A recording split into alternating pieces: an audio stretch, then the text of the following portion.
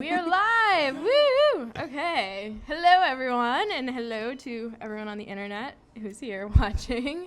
I'm Andrea Wise, and I want to welcome you to this panel, What Do Photo Editors Even Do? With a really wonderful panel of photo editors.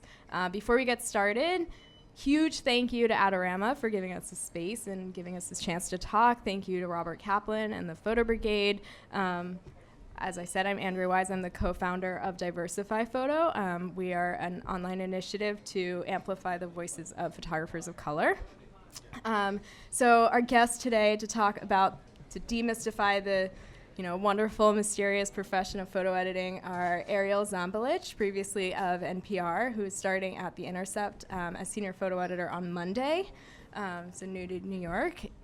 Sinclair Walker, associate photo editor at National Geographic Digital, and Celina Fang, multimedia editor at the Marshall Project.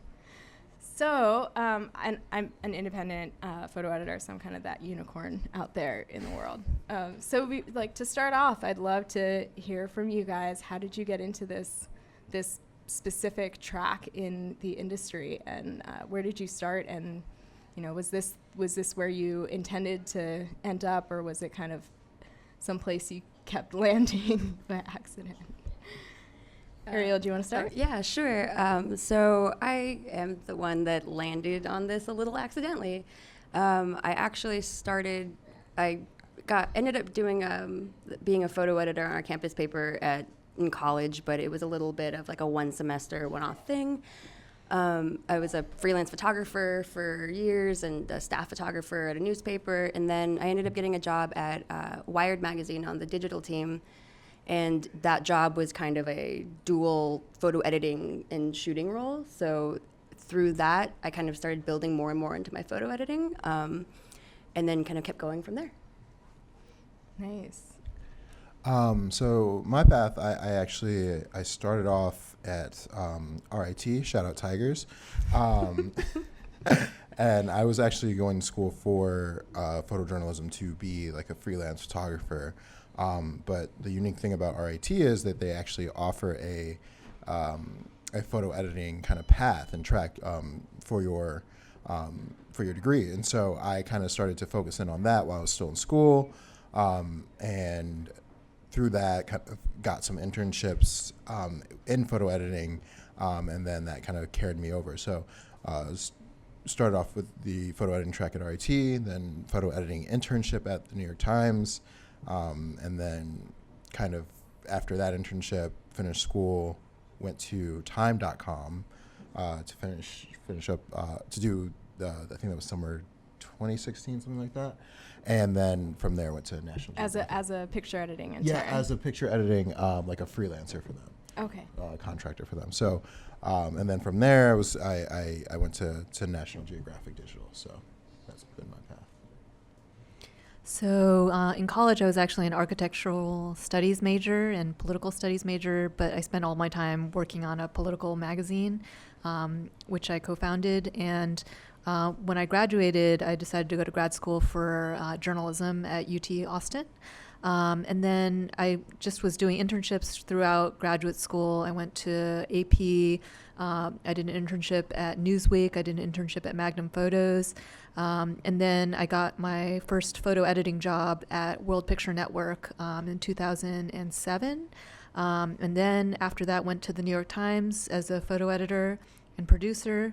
Did that for 7 years, where I worked as a national and metro editor and also did a bunch of other things. And then finally landed at the Marshall Project, which is a criminal justice reporting nonprofit organization where I'm a multimedia editor.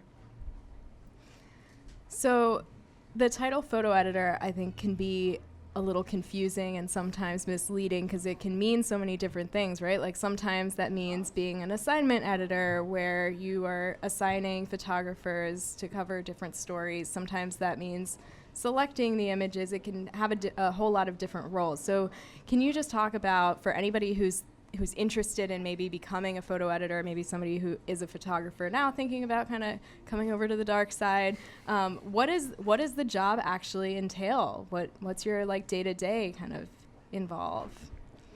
Start the Oh, other way. actually, you want to start? Oh, me? Yeah. Okay, what is it? Okay, so it is, oh gosh. Yeah, what is your day, What is Elijah? my What do day? you do all day? I sit at a desk, no. It's so the way I describe it when people that are not in photography, and I know we're talking about people that probably know what photography is, but I describe it as the person in between what you see as published and what the photographer actually went and did, right? So we're the person that we not only curate, but we also assign, and we also kind of sometimes coach and really work with the photographer to go fulfill whatever assignment we are sending them out to cover, whatever story. And then when they come back with the images, really work with them to, what is this, like, put together the story, what you see, so that the viewer understands it and has the impact that we are hoping for, right? And then beyond the kind of artful part of what photo editing is, there's also a lot of logistics, a lot of emails back and forth between text editors and reporters and whoever else, and then also like billing and everything. So there's a lot involved with what we do on a day-to-day basis. But I think the simplest term is like we are that person that assigns the photographer, kind of helps them. I mean, there are already amazing photographers that we work with, but helps them kind of like form the story, and then on the publishing side, like what you see is kind of what me and the photographer have, or what we and the photographers have worked together to create. Yeah, no, don't make that face. That was great. And I mean, the role really differs if you're on a digital side, if you're working for a nonprofit, or if you're in a traditional news organization. I mean, what does that look like for you, Celina, working for sort of this new media, in this new media space, nonprofit journalism? So a lot of it is actually arranging access for photographers to be able to get to actually shoot the people in places that and situations that we want to cover, because the criminal justice system is so opaque. Oftentimes prisons don't want to let you take pictures, and they don't want you to do interviews, they don't want you to do audio recordings or anything. So it's basically making your strongest argument to the people at the prison that this is a worthwhile story to do, and it's important to tell the public about what's going on. And then a lot of it, like Elijah said, is just arranging logistics. And I feel like another part is that you just have to be a strong advocate for the photographer that you've picked, because they've gone and done the work, but then you're in a room with editors and writers and video editors, and you need to be able to convince them that this is the most newsworthy set of photos to pair with the story, that it's going to have the strongest impact for the viewer. And at some point, actually, it's almost less about the photos and more about how convincing you are.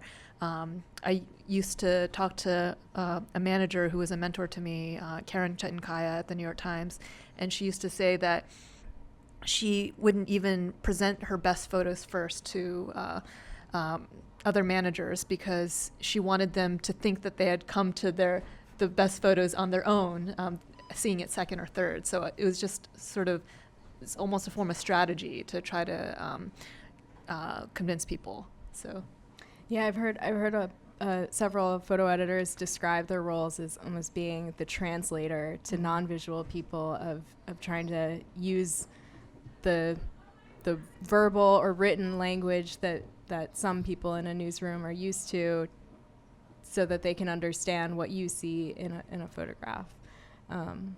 So like, you work as a photographer and as a photo editor. You've bounced around those roles. From your perspective, what are the different skills and assets and qualities that make a good photographer versus a good editor? I mean, I think it depends on the person, honestly. I've found I maintain freelancing, and I always have while I've been a photo editor. And then in my interim between NPR and The Intercept, I just was full-time freelancing. And I've always found, for me as an editor, it helps me to keep shooting even if I'm not doing it a lot, because it helps me kind of stay grounded in what I'm asking the photographers I work with to do. Like, I try to think like realistically, what can you actually accomplish with this amount of time, this amount of access, and the skill set that that person brings to the table, and so that my expectations are more realistic. And also like knowing that like it's gonna take a certain amount of time for them to file and a certain amount of time for like them to transmit or do whatever. So I find that that kind of helps. As I'm editing, I kind of keep it in mind, like as if I were the photographer, what would this look like on the ground? And also helps when I'm, doing all the photo editing things, like working out logistics and access and all of that stuff, like thinking through, if I were shooting this, what would I need? What information do I need to know? Like, how much of the story do I need? Should I talk to the writer? Should I not talk to the writer? Who's the PR person who's gonna like grease the wheel for me? Like, how do I manage that? So I find that that helps a lot. And then when I shoot as a freelancer, I find like I'm thinking through the things that I would want as a photo editor, because I found like when I was strictly taking pictures, it was really easy for me, and I know this isn't the same for everyone, but it was easy for me to get in this like little world where I'm just there doing the pictures and taking the pictures and like in that space. But being able to think through like, well, what is the publication I'm working for? What format is this ultimately going to end in?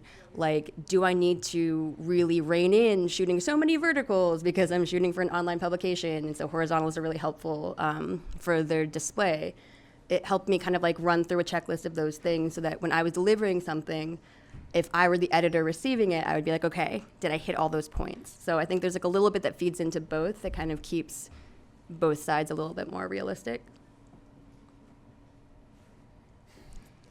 Celina, what do you think are what are some of the things that you wish that photographers understood about your role?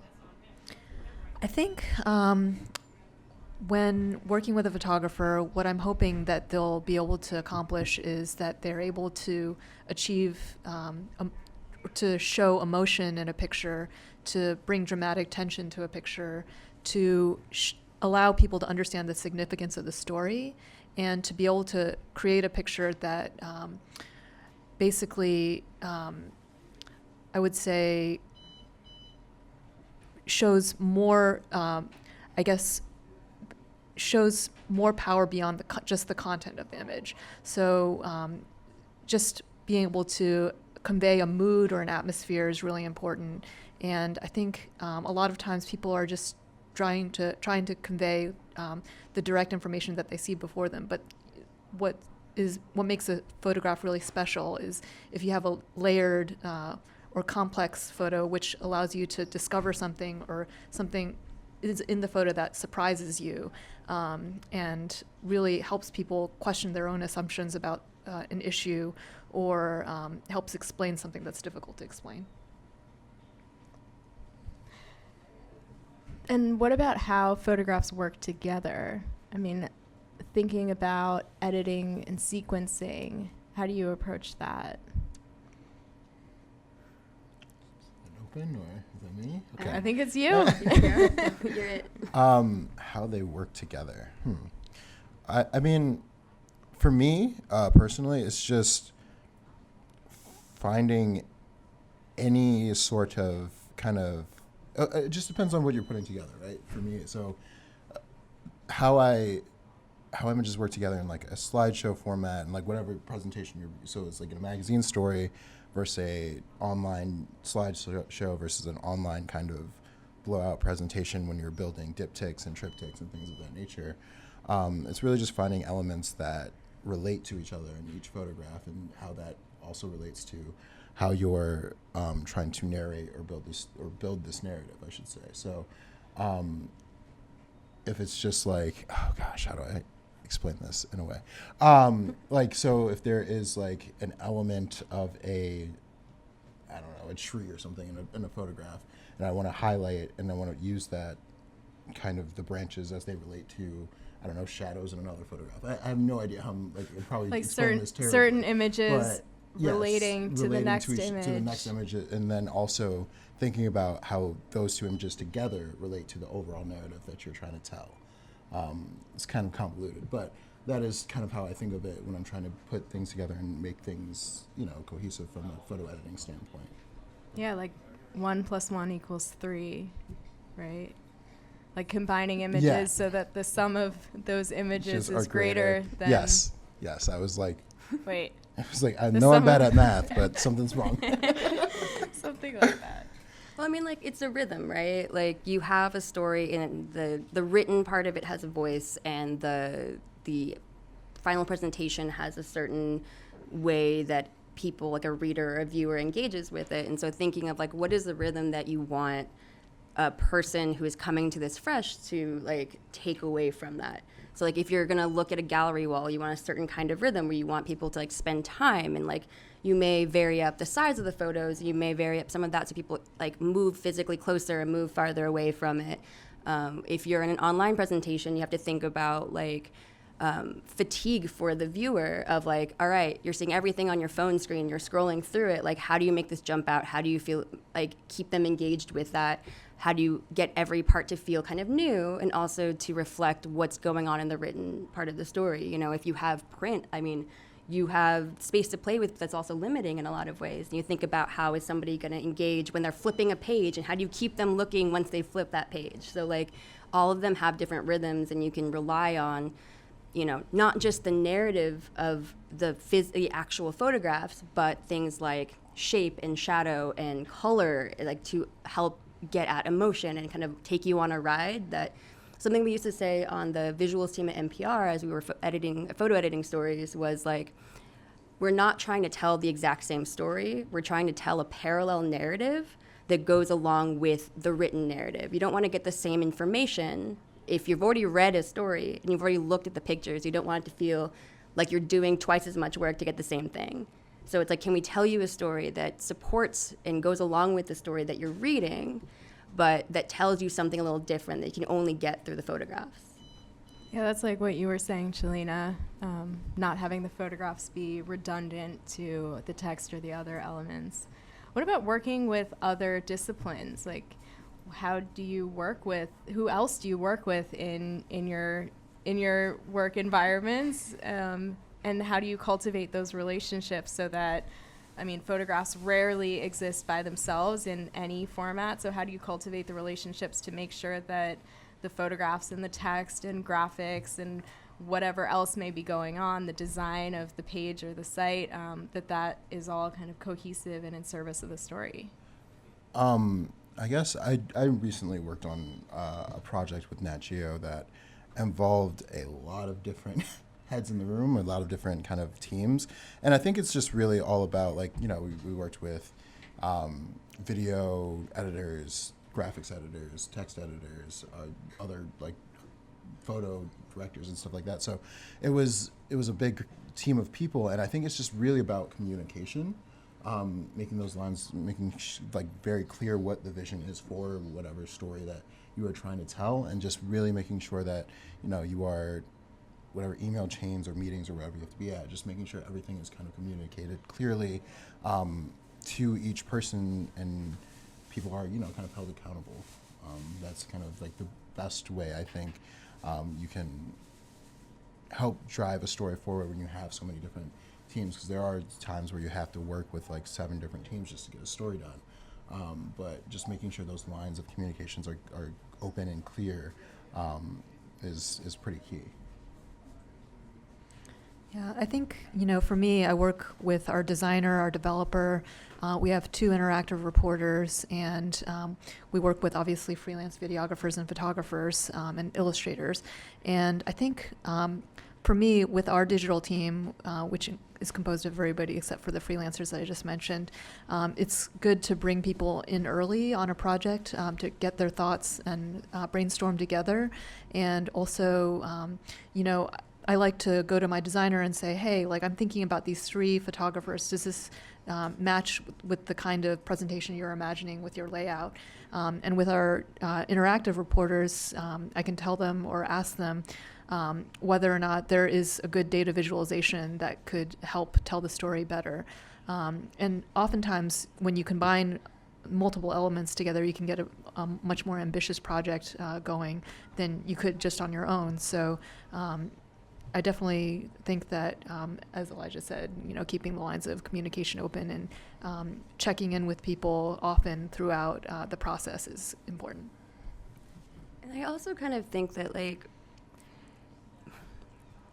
aside from working from like different, you're working with everybody at your news organization, right? Like I feel like the photo people, you're the one that gets to know everyone, right? Like there's everything that you do touches something and is, everybody else relies on you for something. But something that, another thing that used to come up with NPR was, aside from being the advocate for the photographer in the room, you're also sometimes the best way to defend photography is to defend not having a photograph. Like, I don't know how many times, I'm sure like you guys run into this all the time, is like you have a story, they're like, we have a format, this is what we're doing, we need a picture.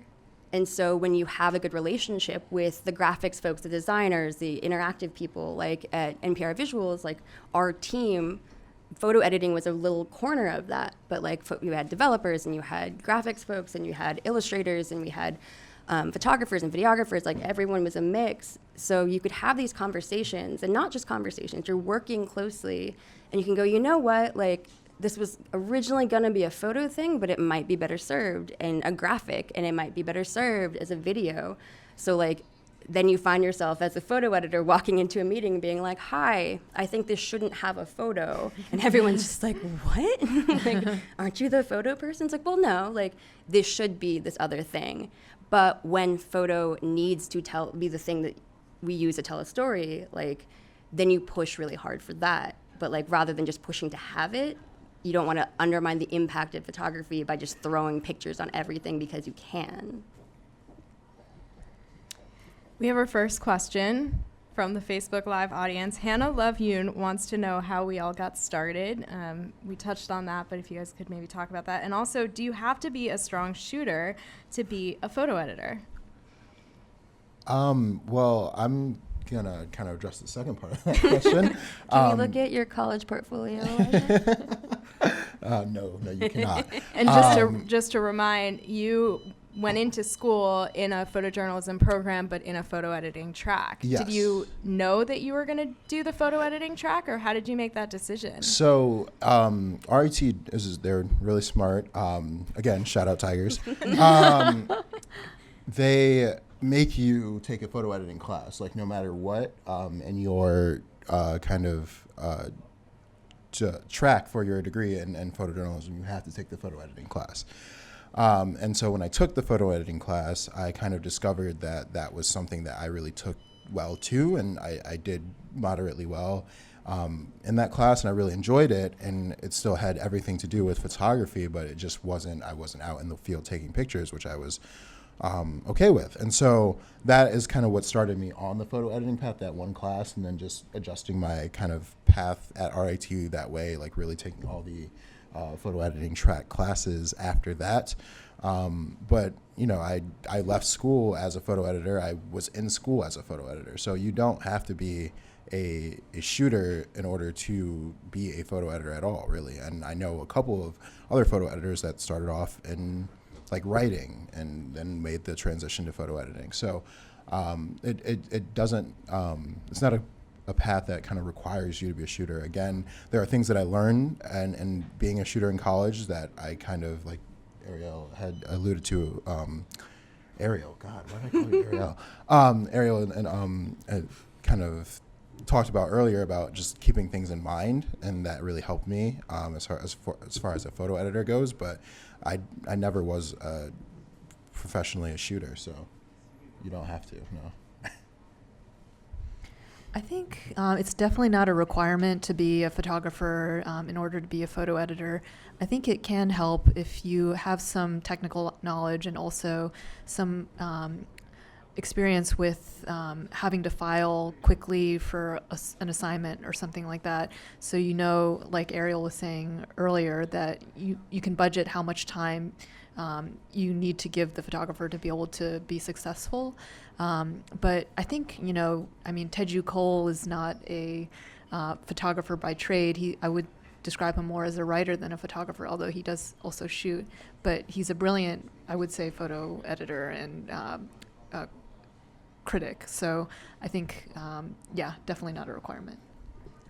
I mean, like, when I thought about kind of transitioning more into photo editing primarily rather than strictly photography, I mean, I had spent my entire career up to that point as a photographer.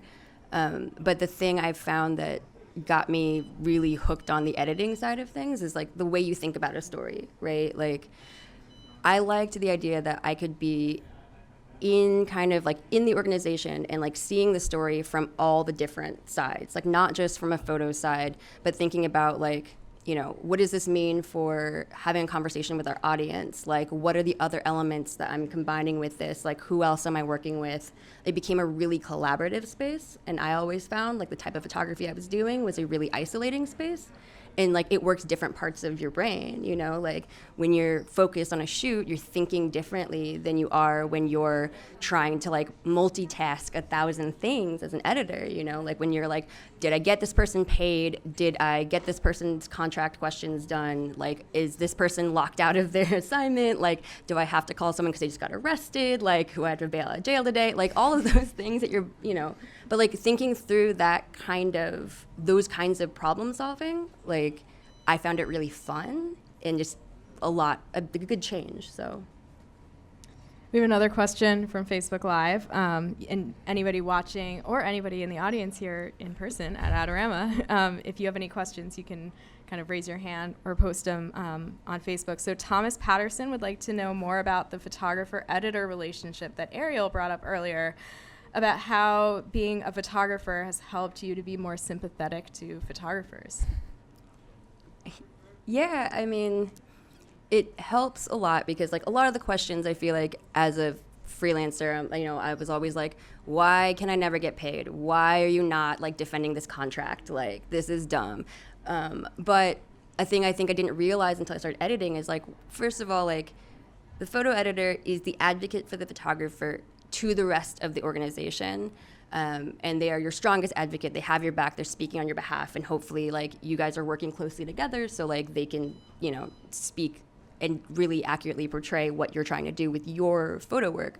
But you're also, like, in the newsroom and you're defending your organization. You're, like, not even defending, but, like, you're the representative for your organization to the freelancers and the folks that you work with. And so thinking, like, you're a little bit of a middleman. So it's like, yeah, your photo editor probably didn't write that contract themselves. You know, they know what it says, they know what it is. And so it becomes like this relationship that you have with, you know, it's like, okay, I know that like our contract has a weird, you know, line in it. Can I talk to the photographer? Like, I want you to know up front, here's what we ask for, here's what we can offer you, and let the photographer make a decision on their own behalf. Like, does that make sense for them from a business perspective, from a time perspective, and a rights perspective? So. I don't know. No, I mean, you said it well. I mean, there's so many times I've had to answer questions about, you know, contracts and licensing and everything else like that. And it's like, they're like, well, what does this mean? Why are you doing this? It's like, I'm not doing that. It's just like, you know, it's like, I'm a part of this organization. And what I'm trying to do is, again, give you all the information that you need to make an educated or a decision that is good for you. Because, you know, we have what we need, or we know what we need from you, and we want to work with you, but these are the things that we require, right? And so it is kind of a middleman position when you're like trying to relate to them that information, but also, you know, on the other side of the table is like we want, I mean, being an advocate, like you said, for the photographer themselves. So it's tough sometimes, but it's a good tough. Like, it's a good challenge, not like like something that makes you miserable. But it's a, you know, everything has its challenges. I think the ones that come with photo editing are definitely worth it. So what are some of the things that kind of run through your mind when you're thinking about who to hire, who to commission for an assignment, aside from just who is available, but like what plays into your mind when you're thinking of who you want to hire? So we recently had a project that's going to be released later this year about Chicago criminal justice, and it's a 6-part series.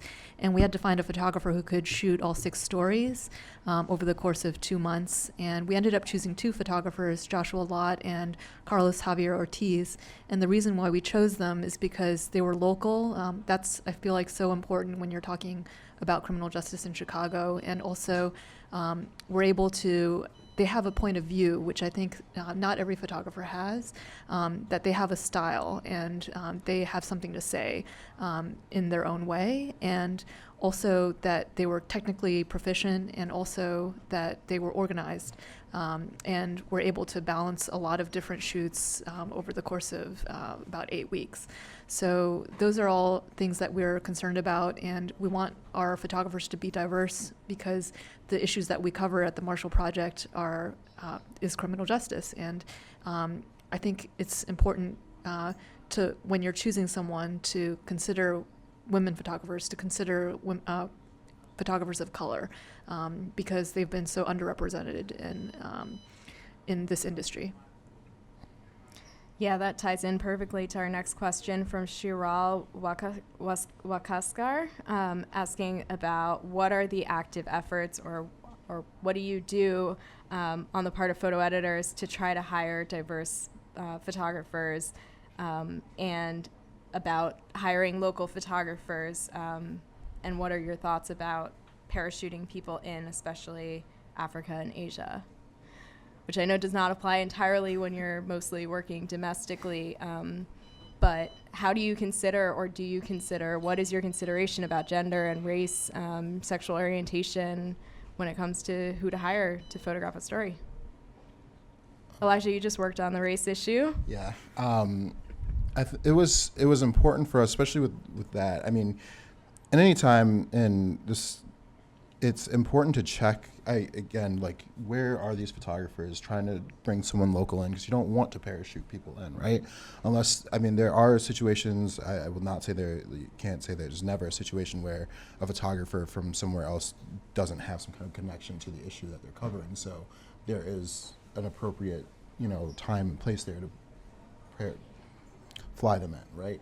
But mostly, I mean, and we've been using, I know at Nat Geo, we've been using like the resources like Women Photograph and Diversify Photo to make sure that we are just using diverse voices, because like Celina said, it's been too long in this industry where, women photographers and photographers of color and different sexual orientation just haven't had the proper representation, and they've had people that have no connection with the issues, like, any of the kind of diverse topics that we cover. They have people that are going into these situations that don't have any connections, that are just kind of parachuted in because we like them, and they're not really connected to what they're shooting. And so I think it's important to have those people that, actually have some kind of vested interest or have stories to tell in these issues, to actually give them the opportunity, give them the platform, whether it be Nat Geo or the Marshall Project or the Intercept, to give them that platform to tell that story and have their voices be heard, because we don't, there's so many diverse people in this world, and we need to have the equal amount of diversity covering those people. Yeah, and I mean, I think it's complicated, and this is one of the reasons why, shameless plug, we founded Diversify Photo, because one of the things that I think sometimes photographers don't understand about photo editors is that there is a level of trust, that you have to know that you can trust the photographer that you're hiring to be able to deliver what you're asking of them. And there's oftentimes not room for reshoots or for second chances. And so I think that when so much is riding on that, for editors or art buyers or art directors, creative directors, if you're not just talking about in journalism, the tendency is to hire who you know. And so then you're limited by who your personal networks are, who your university networks are, your friends recommend people. And so we wanted to try to sort of vet people and be able to say, hey, look, we trust these people, we've looked at their portfolios, so now here's a resource of people outside of your personal network that you can look to. I mean, I think part of the problem that continues to persist, though, is like, when you end up with those like big deal stories where there's a lot riding on the line from a publication, from the publication you work for, I'm speaking as like a photo editor, the trust is so important. And you see that when you have that big story, you've only continued to work with a small handful of people. And so trying to get, photo editors to think about the small stories and not just save the photographers of color for the stories about communities of color, and not just to have women photograph stories about women's issues. Like to think about, hey, like, we've got a story about a farmer, in Nebraska, like who is a photographer who at least like is there, who understands that community somewhat, at least by being sort of local to it, and like what do they bring to the table, and can we build that relationship on this like smaller assignment and this smaller story where I can learn how the photographer works, the photographer can learn how I work, and we can build this relationship. So when like, try not to curse, when things hit the fan, and like that big story comes through, like, you can call that person up and be like, hey, I know how you're going to respond in this situation. I can get you there. You're going to get me what I need. And I know how you're going to deliver that. Yeah. Or, the farmer story, for example, someone who really understands, or criminal justice in Chicago, someone who really understands the nuance of that community. Or I think sometimes it's about finding somebody who can bring like a totally different perspective than you're used to seeing, like someone who's going to see it from 180 degrees opposite, right? Mm-hmm. So just a little additional thing, and I think that like every photo editor I've talked to has done the same thing, is like, I don't know how much photographers realize that we spend a lot of time researching, right? It's like you're researching people, you're trying to get a sense, if you haven't met that person before, if you've never worked with that person before, thinking about like, well, not only what are they presenting to me on their website, like what is your strongest work, but also like, you may not know that like a photographer, has a vested interest in a certain topic, because they don't present that because that's not the work that they get hired for the most, until you start digging around their Instagram, until you start like seeing who else they're working for, and you start talking and, having some kind of correspondence with them. I think a lot of the groups like and it's a little bit of a cheat for me since I can also shoot. So I'm like in Women Photograph and in the Diversify groups, and like as a photographer, seeing what other photographers are talking about, the stories that are important to them, and just kind of like ticking that off in the back of my head, like, oh, this person really is interested in photographing nature and trees, even though they're explicitly, seemingly a portrait photographer. So like keeping all of that stuff in mind, it like builds into that trust. And so like the more we can like have more friends that are photographers and kind of talk about like what people are passionate about, I think helps a lot. Imogen Preteris would like to know, how stressful are your jobs and how do you deal with stress? Oh no, how candid are we being? We are keeping this kind of PG. Maybe okay. PG-13 is okay, like a little bit. PG-12? Go ahead. PG-12. I don't know. Every job is stressful. Every job has its stressors. So I don't know. I think on certain days I kind of walk out of the office and I'm just like, how did I get here? And why am I doing this to myself? And then there's some days where I walk out and I'm like, this is what journalism is about. So it varies. How I deal with the stress, though, is like, just how any other person deals with stress. I like to go to the gym, I play some video games just to blow steams off. I also use my Instagram as like a creative release. So just and sometimes it kind of goes with, and I talked to a Washington Post photographer who she goes and she sees like her horses, right? Like it's just, or going somewhere opposite of photo, like just turning away from it for a second and being like, I'm going to go read this book and escape in the lands of Westeros or something. We read Game of Thrones. I have no idea. But it's going to be stressful no matter what. Whether you're a photographer, a photo editor, like it has its highs and its lows. But just finding ways to kind of relieve that stress and take your mind away from it is kind of just how I deal with it. I would say that my previous job at the New York Times is more stressful than my current job, partially just because of the types of stories that we covered. I remember one time, when Ferguson was happening, we would be staying up until like 2 or 4 in the morning, working 16-hour days, just trying to make sure we were there properly supporting the photographers who were there, who were, risking their lives to do this work for us. And I remember when we were covering Ebola, and you're sending photographers into situations which are potentially damaging to their health. And that was a very stressful time because, you can do all the research that you can to try to protect them and make sure that they're safe, but you can't be 100% sure that they're going to all be okay and not be risking their own health to do this job. I think, honestly, the way to decompress from that kind of thing is just to be able to talk to your colleagues who share that same experience with you. The word editors who are supporting the writers and reporters who are on the ground doing that same kind of work, and just trying to be able to see the lighter side of things sometimes, if that's possible in those situations.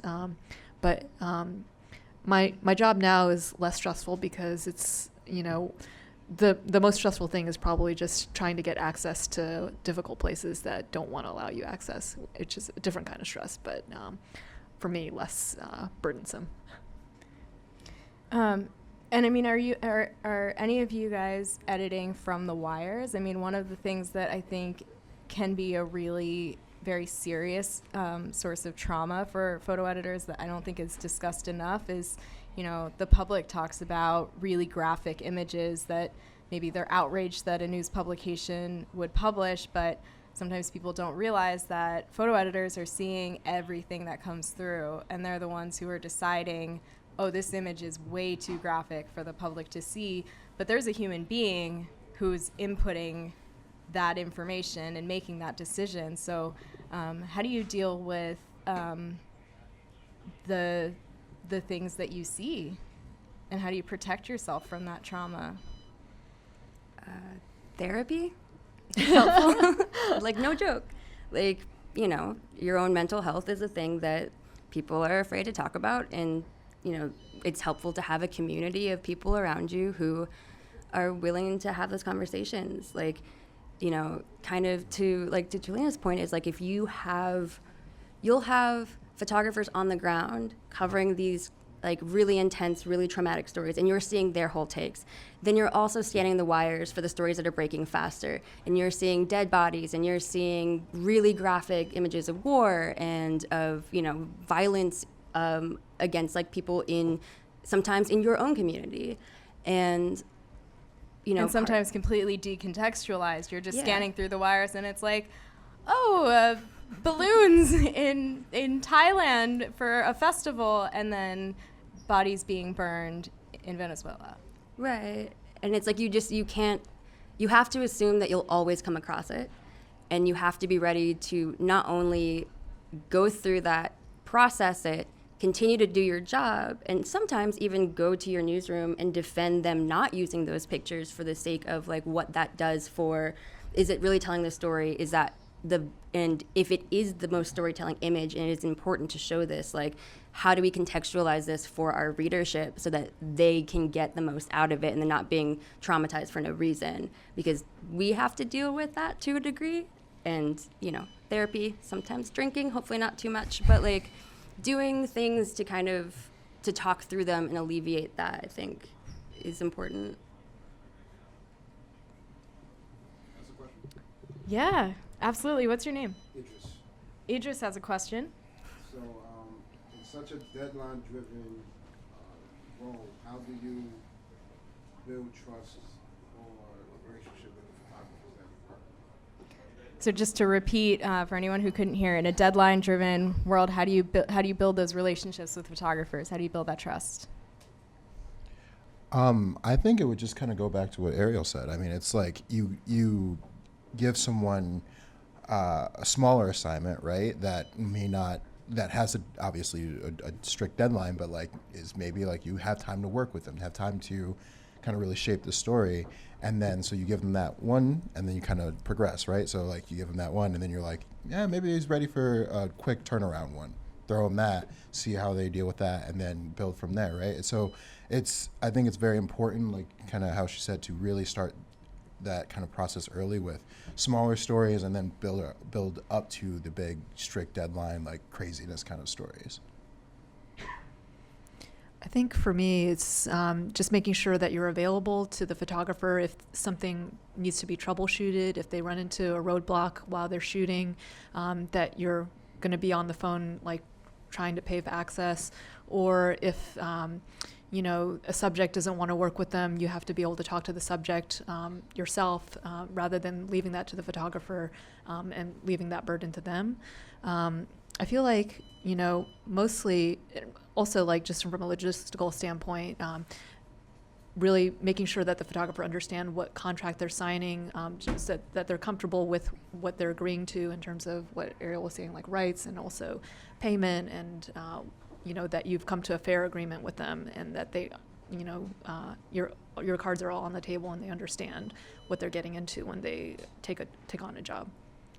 I think it also helps, like, as much as possible, like, not every assignment you can do this, but trying to get on the phone with that person, especially if you've never met before, like, it helps, like, if you can go in and, like, show your portfolio, and that's a good step, not necessarily just to, like, shop your work around, but to start a relationship with that editor. Like, I have a friend who's a photographer in DC who said that he basically only wants to work, instead of trying to work for everyone all the time and do all of the work, he wants to work with editors that he feels that he can actually have a voice in collaborating with. And the only way to find that out is, like, to have a conversation or several conversations. So sometimes that happens over the phone, like on deadline, trying to get stuff together for a shoot. And sometimes it happens at a photo conference. And sometimes that happens when you pass through town. And sometimes, you end up being on the same, like, One Direction fan site on Facebook, like, whatever, like, that commonality is. It's like finding some space where you can be humans together, I think helps a lot. So Juliana Patino on Facebook wants to know, for up-and-coming editors, especially who are still in school, how can they effectively and uniquely show their editing portfolio online? Who was that? That was Juliana Patino. RAT. Shout out RAT. Hey, everyone. Gosh, that is an interesting question, because there's not. I remember even when I was going through applying for, like, photo editing internships, it's a tough thing to kind of show photo editing portfolios. I think,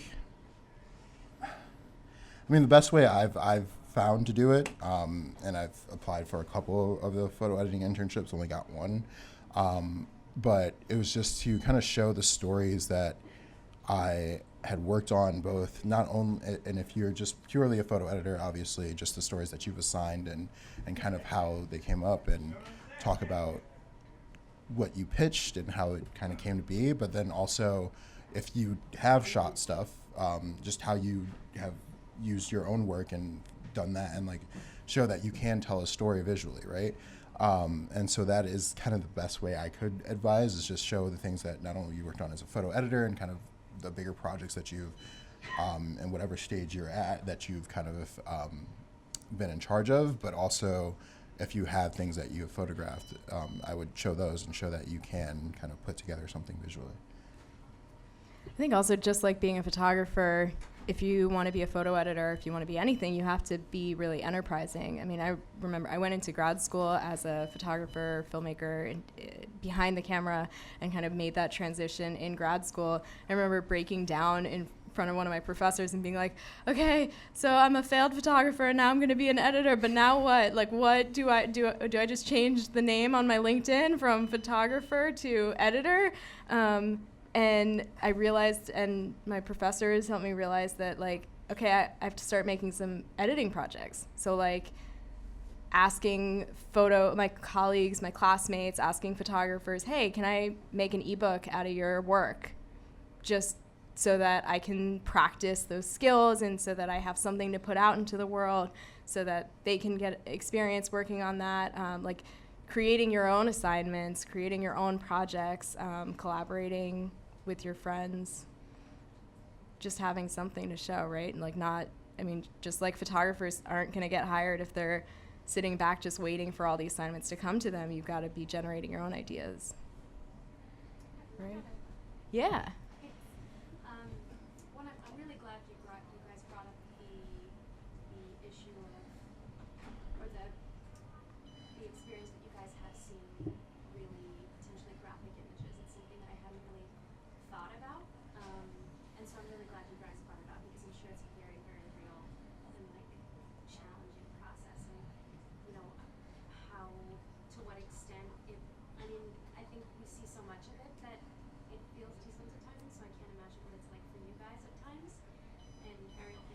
really, really honest response about how to cope with that. But I have two questions. One is, what does your workload look like? Like, how many images are you guys pouring through every day? You guys mentioned like the wires. You guys mentioned individual photographers. What does that look like numerically? And my second question is actually for Celina. How do you say it? Yes. Yeah, I'm curious about what's the experience been like for you moving from times where you're dealing with such a broad spectrum of stories to working with the Marshall Project, which is so fixed in the criminal justice system. You mentioned that, the kind of it's, less stressful. I don't know if you're working 16-hour days there, but you're also potentially working with like supermax prisons or something that, you know what I mean? So I wanted to know more about what that experience is like for you, kind of getting more So two questions. The first, what is the workload like? How many assignments are you working on? And then two, specifically for Celina, what is the experience going from a very topically broad work environment like the New York Times to a very singularly focused criminal justice organization? Do you guys want to take the first part? Sure. Mine, it kind of depends on the day. So there are days where I go through hundreds of images just because because of the stories that I'm working on. So it'll be like, they're very specific, so I don't have to go through as many. But then there's like times, and at Geo is really specific and that we go through entire takes. So we've been a couple stories where I'm going through thousands upon thousands of images a day, from raw takes to the wires, to try to figure out really what the story is going to be. So it ranges, but I think thousands is not a crazy day, I guess. So I think that's kind of my workload as far as images in a day. Yeah, same. It's like you could look through, 5 different wire services, try to scan, portfolios from photographers who'd focus on stories. So let's say you have a workload of between 3 and 8 maybe stories that you're trying to figure out what to do with in a given day. So for every one of those, maybe a few thousand photos. But like the other part of it is like I think there's a thing like when you're like a freelance photographer where they say 90% of your time is spent on just the business of keeping your photography going, and 10% is actually like the fun part, which is taking the pictures. I think there's an equal kind of pie chart which I hate pie chart, I'm sorry, but an equal kind of chart that goes along for photo editors where it's like 90% of your day is all the logistics, all the meetings, all of the back and forth conversations and figuring all of that out. And then that little slice that's left is like the fun part of like working with the photographer, actually looking at pictures, actually thinking critically and thoughtfully about those images. And then you try to do that at a split second as you scan through like everything on AP, everything on Reuters, everything the New York Times put out, everything. Just like, how do we do this? And then like make a decision about that. So. And Celina, to piggyback on this question, we have a similar question specifically for you about the move from working in legacy journalism to nonprofit photo editing. Mm-hmm. So I think for me, I really enjoyed both things, being able to cover a wide range of issues at the New York Times and also focusing on a single issue. The fact that the single issue at the Marshall Project is the criminal justice system was actually perfect for me because that's what I worked on in graduate school. I studied the Texas prison system and overcrowding there, and that kind of just very easily segued into my current position. And it's true that a lot of the issues in criminal justice are very depressing, and there's so many problems, and it's really a broken system. But I think what carries me through it is that all my colleagues really care passionately about this issue and want to see a positive impact result from their stories. And oftentimes you can see that. Even today, we heard that a story that we did about sick people being put in solitary confinement in Tennessee, now that's being debated in Congress there, and in their legislature rather, excuse me, and hopefully something good will come of that. But just seeing the potential for something to change based on the work that you do is very rewarding and makes it less difficult to focus on such serious issues. And what was the second thing, the transition? Yeah, moving from legacy journalism to nonprofit journalism. So I think from legacy journalism, the big difference is the volume of stories. At the New York Times, there was just, you would get into work and then there would be anywhere between 8 and 20 stories that you would have to make sure you found photography for. And our colleagues used to joke that it would be like playing whack-a-mole because you just have to try to keep up with the pace of what's going on at a daily paper. And that, can be stressful, but, it was fun to be able to work on a lot of different topics and work with reporters from all, who focus and care deeply about a wide range of subjects. So that was really rewarding.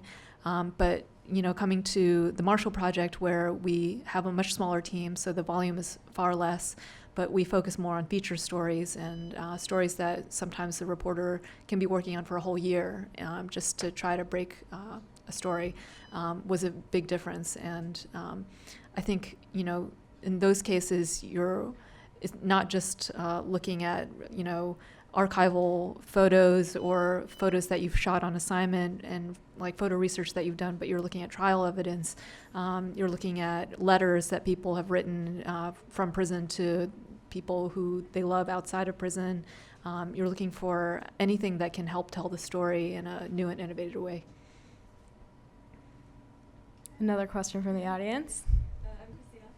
I have a question about stories that photographers pitch to you. So, what would make you say yes, for example, to a story that a photographer, like a personal project that a photographer would pitch to you?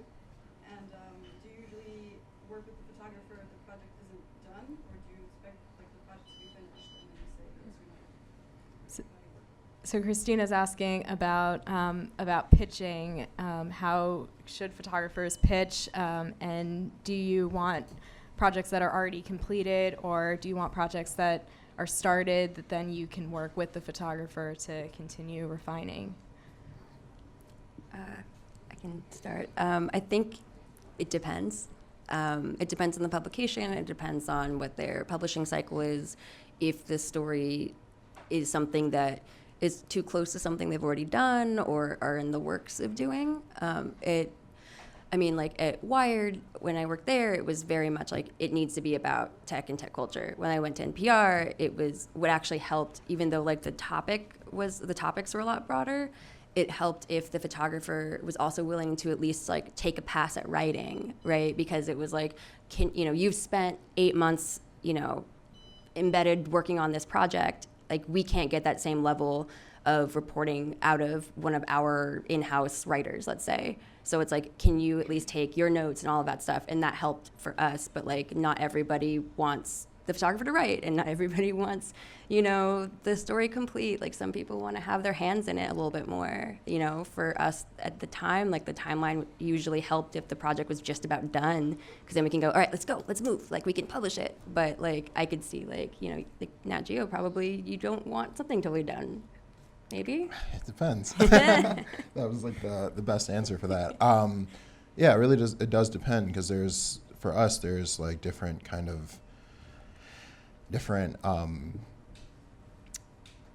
platforms that we can kind of utilize in different ways. So there's definitely been projects where I've been pitched that have been completely shot, kind of like had their own little beautiful package that we just kind of re-edited and kind of put out in even just an equally big form and use our online platform. But there are projects where photographers pitch us that we work with that haven't even been shot yet. Like, this is just completely a proposal in which they want something to happen, and we are like, if it fits our kind of voice as a magazine and what we're trying to do in our mission, then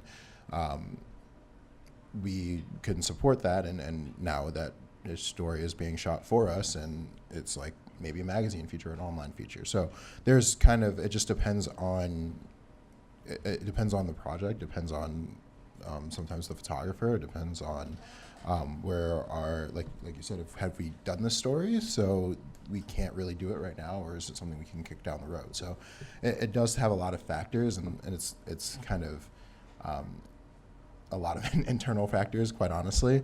But I think that if you think it is a good story, and you got to obviously be mindful of the publications you're pitching to, but if it's a good fit, then we'll at least definitely be listening. And then again, if all those kind of factors align, that is kind of what makes us say yes. Obviously with the work being amazing. I think one thing that, the only thing I would add to what Ariel and Elijah was saying was basically sometimes it comes down to budget. How much money do you have to be able to pay this photographer to continue the work that they've started or that they want to continue to do? It depends from organization to organization, but sometimes the photographer will come to us through a grant or something like that, and they'll be funded for a whole year or something to do a project. Like we're working with Brian Frank, who's being funded through the Catchlight Foundation, and he proposed something that he hadn't shot yet, but worked with us for a whole year on that. But because funds are sometimes limited, especially at a place like the Marshall Project, you have to be very cognizant of what you can pay fairly for someone's time and for their work. And also just being a little patient. Like, it might take a couple times of pitching, like, I'm starting a thing, I'm halfway through a thing. Like, part of that is building that relationship. And sometimes you just, like, your story comes together during some crazy moment in the news cycle, and everyone is just, like, all hands on deck on something else. Like, and it just, like, the timing is a little off. And so just, like, being cognizant of that, like, it may have nothing at all to do with, like, you or your work. It could just be, like, luck of the draw, like, that week. What about practically? I mean, what format do you like to receive pitches? Do you want a one-line email that's, hey, I'm thinking about working on this, or, with a couple of pictures attached, or do you want like a fully cemented, PDF? What do you like to see? I mean, I like to see that the photographer has a fully, I would think I would like to see a fully cemented PDF, just with kind of like a pitch proposal and then like the research behind it, just making sure that it's like about kind of the trust factor, right? So now I know that you have done all the homework that you need to do and that you are well versed in this. And at the Nat Geo, it's like, I heard this phrase a lot, which is like they expect the photographers to be like the experts in this field, like not like academic experts obviously, but just like they know what they're going to cover and why they're going to cover it, right? And so when you have that kind of fully fleshed out pitch, it shows me that you are that, right? Like you know what the real problem is and what the story is here, and I can trust you to go there and cover this if like the pitch is accepted. So I think I like to see everything a little bit more fleshed out. And how many images? If it hasn't been shot yet, obviously we understand. So, but if you have, I think, however many you think is necessary. Now, don't say that.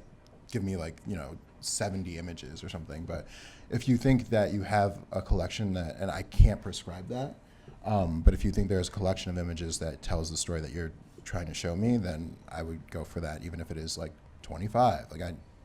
If that is what it takes, then that's what it takes. But definitely reach out to any photo editing friends you have to help you come up with that. But I can't really prescribe a number. I mean, think about it, so the photo editors are your advocate in that newsroom. And so if I get a pitch, I have to sell that story to the head of that section, to potentially another writer, potentially to my boss, to whoever. We're selling that story. So give us the tools that we need to be able to tell that story on your behalf.